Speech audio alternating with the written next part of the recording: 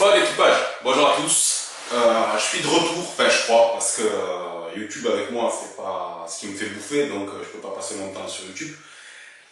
Mais je suis de retour pour vous présenter une série de vidéos sur laquelle, enfin sur lesquelles, parce que c'est plus français, j'ai fait un bureau de jardin.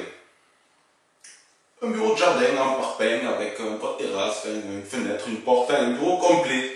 On est parti de zéro avec ma famille, c'est-à-dire mon père, ma mère, mes frères et mes sœurs. Wow, ce serait le bonheur. Pourquoi je dis ça? Bref, tout ça pour vous dire que je reviens sur YouTube. Alors, les caméras cachées, je les reprendrai un peu plus tard. C'est prévu. Parce que aller se marrer dans la rue, tout le monde a un masque, enfin, je veux dire, c'est pas la période idéale pour moi. Il y en a qui en font, mais bon, je trouve que bon, les gens n'ont pas trop envie de se marrer. Donc, en attendant, moi, ça fait plusieurs mois que je suis dans la construction de mon bureau. Alors, quand je dis plusieurs mois, c'est soir et week-end en général, et mes quelques jours de congé que j'ai pris. Donc, c'est pour ça que ça a pris autant de temps. Et c'est un projet familial, c'est-à-dire que j'ai embauché mon père, ma mère, j'ai embauché tout le monde, quoi, le beau-frère, de temps en temps un ami, parce que ce genre de truc, tu peux pas le faire seul. Beaucoup de choses j'ai pu faire seul. Alors, quand je pouvais faire, je dérangeais personne. Mais tu peux pas monter des blocs, tu peux pas monter des murs en étant seul, c'est pas possible, quoi. Il vaut mieux être deux, un qui prépare le mortier, un qui prépare le béton, couler une dalle, tout ça, enfin, ça va être délire, quoi. Donc, là, je vais vous présenter une série de vidéos. Ça sera en 5-6 épisodes, je sais pas encore, j'ai fait les montages, mais je sais pas encore, enfin, peut-être un peu plus.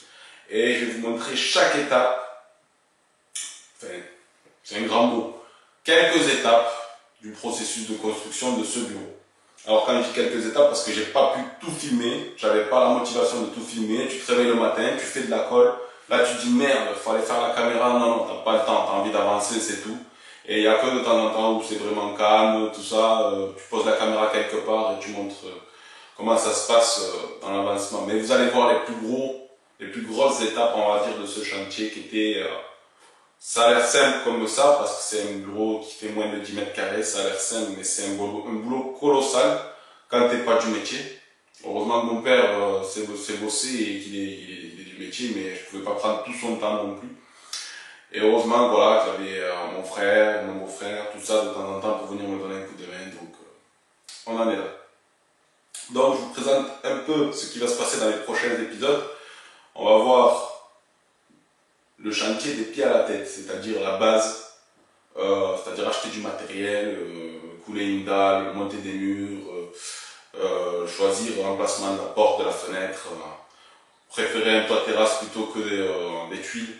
Enfin, je veux dire, vous allez voir tout ce que j'ai choisi pour ce chantier. Alors, c'est moi qui ai tout imaginé du début à la fin.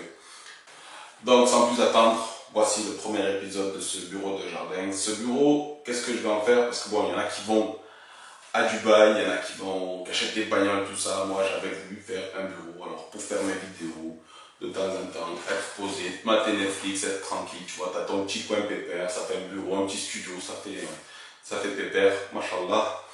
Donc de suite, je vous balance le premier épisode et si ça vous plaît, abonnez-vous pour voir la suite et on verra bien. Et pour ceux qui se demandent pourquoi j'ai une écharpe alors que je suis en t-shirt, c'est parce que j'avais un torticolis de sa mère pendant plusieurs jours. Du coup, je garde le cou au chaud. Et ceux qui se demandent pourquoi j'ai des lunettes, c'est parce que je viens de me réveiller, j'ai les yeux explosés, je sors de la douche. Et en même temps, ça me permet de voir l'objectif sans que vous voyez mes yeux qui regardent le retour. Et puis en même temps, je fais ce que je veux, pourquoi vous posez des questions? Allez, c'est parti pour les épisodes.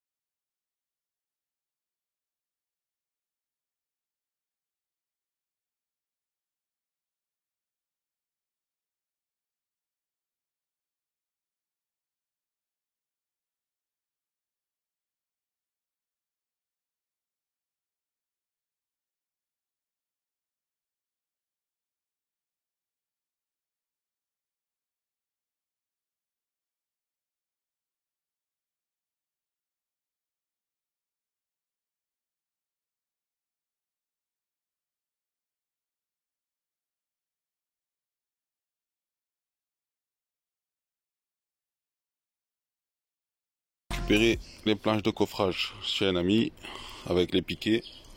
J'aurai besoin normalement, si tout va bien, de 4 palettes en 15. Ça, c'est du goudron pour le toit terrasse. Bon, c'est de la récup aussi. C'est un ami qui me l'a donné. Super gentil. Donc, il y a le goudron. Et j'aurai besoin... J'ai 3 big bags de mélange, plus un big bag de sable. Donc, c'est Tridom qui me les a livrés. Je vais voir si ça suffit ou pas. Normalement, c'est bon. Normalement, il y en a de reste. Donc, ils me les ont livrés jusqu'ici. Et ceux qui veulent le détail de la facture... donc là, en matériel, sans le goudron qui est gratuit qu'on m'a donné. En matériel, il y en a à peu près pour 890 €. Donc, je pourrais vous donner les détails. C'est à vous de voir. Donc, c'est de ça que j'ai besoin, normalement, pour mon studio. Bon, ça c'est la fenêtre que j'ai récupérée, donc gratuit. Donc il y a juste à la laver. Et l'avantage qu'il y a, c'est qu'il y a déjà le volet à l'extérieur, de ce côté. On va le voir ensemble. Donc il y a le volet de ce côté, ça c'est bien. Et c'est une fenêtre avec le verre brisé, je sais pas qu'on appelle ça. Je crois qu'on appelle ça les verres brisés, on voit rien en fait. Ça laisse rentrer la lumière, mais tu vois pas ce qu'il y a à l'intérieur. C'est ça qu'il me faut.